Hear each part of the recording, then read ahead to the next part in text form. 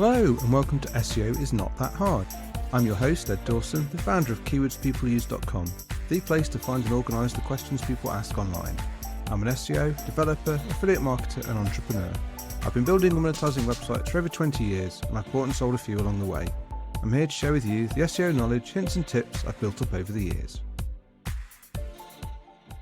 Hi there and welcome to episode 89 of SEO is Not That Hard. Today I'm going to be talking about a site that I looked at that's been hit by the HCU, the Helpful Content Update, and the recent Core updates.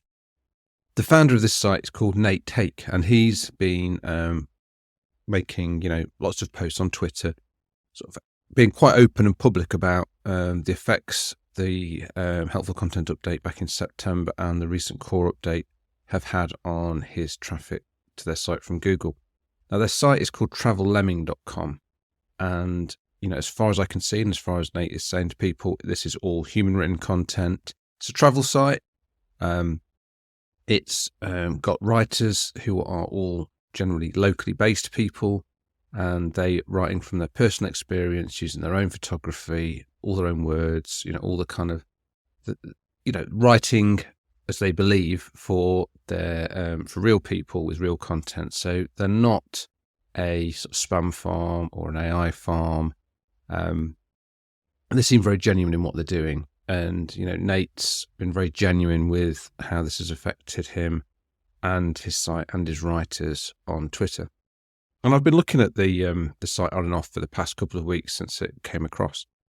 And just a couple of days ago, I saw Nate posting on Twitter about how a particular page wasn't ranking. This is a page about Seattle in Washington, and I had a look at it, and some people were giving him some suggestions on how they might improve the content on it, but I took a look at it as well, and I noticed that they've got at the top of the page a whole number of jump links to various bits within the article. So the article's covering various things on Seattle.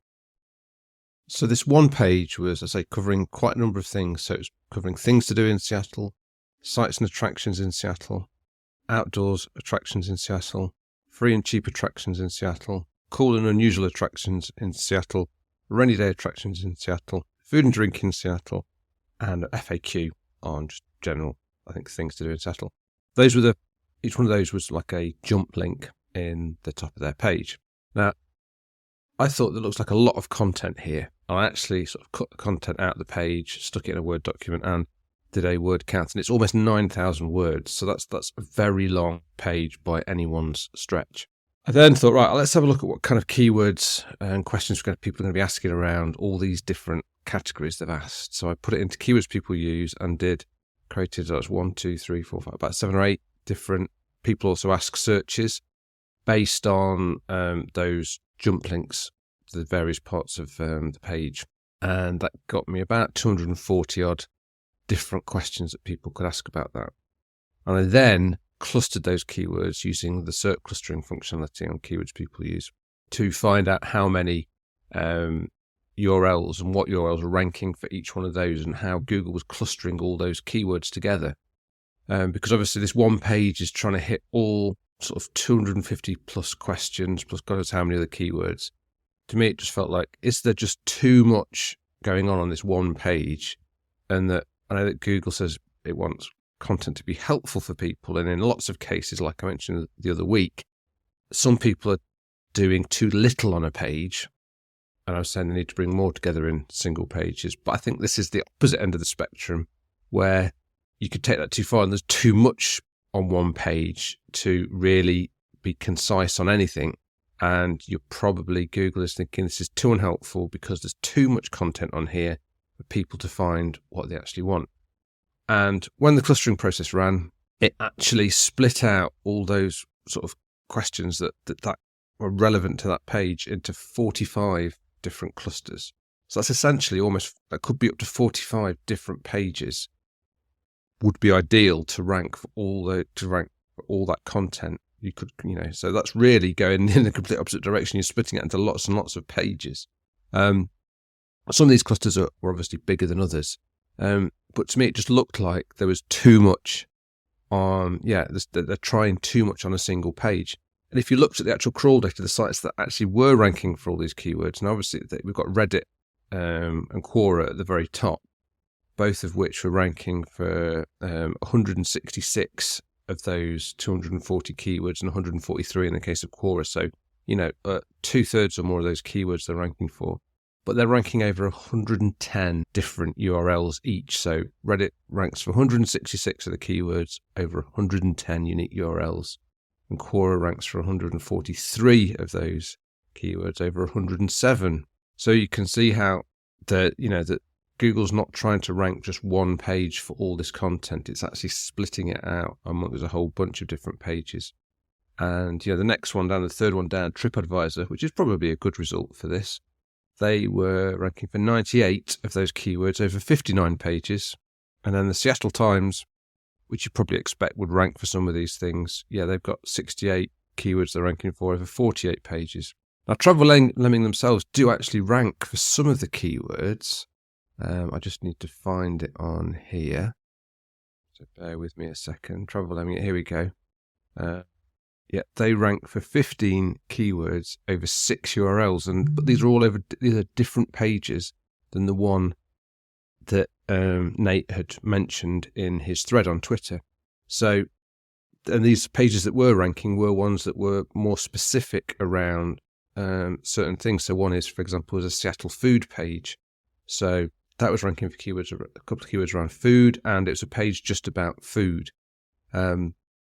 So again, this is where I think that in the case of this site, they've gone too far in one direction in terms of having the amount of content on a page. It's just become too much, and almost to the point where Google's saying, actually, there's so much content on this page. We don't really know exactly what it's about. And even if we did rank it for certain questions or certain keywords people are using, how would those people necessarily find the right part of the page to answer their questions? You're sort of giving them another task to then search within the page. So I think it's an interesting one. I will share a link in the show notes. I actually did a short video for Nate where I went through this, and I posted it on YouTube. And I also shared him the keywords list that I used, and also the clustering results. So you can go and watch that video. You can then look at the keyword list and the visualizations of the clusters, and then all the grouping of the clusters, and all the competitor information there that's all available to see on our site. It's just a plain link. There's no need for logins or anything like that. Anyone can view it.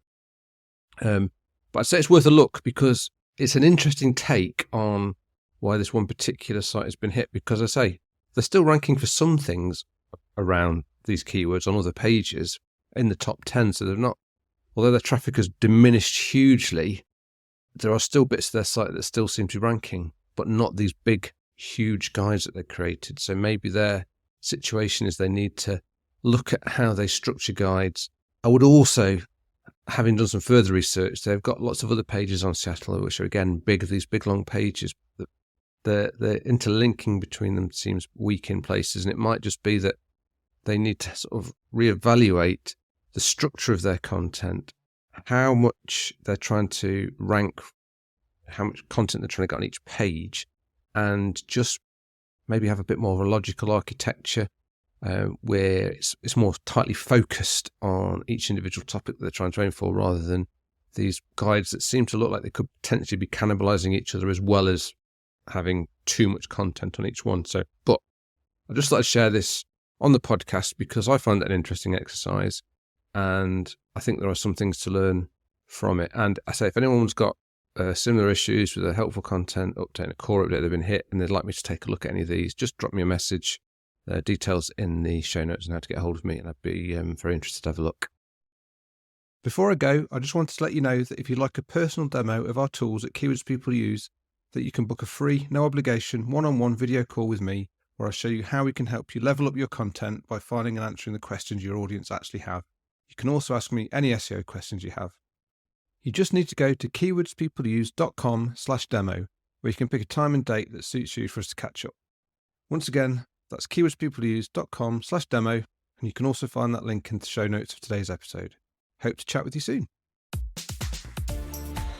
Thanks for being a listener. I really appreciate it. Please subscribe and share. It really helps. SEO is not that hard. It's brought to you by keywordspeopleuse.com, the place to find and organise the questions people ask online. See why thousands of people use us every day. Try it today for free at keywordspeopleuse.com. To get an instant hit of more SEO tips, then find the link to download a free copy of my 101 quick SEO tips in the show notes of today's episode. If you want to get in touch, have any questions, I'd love to hear from you. I'm at Channel 5 on Twitter.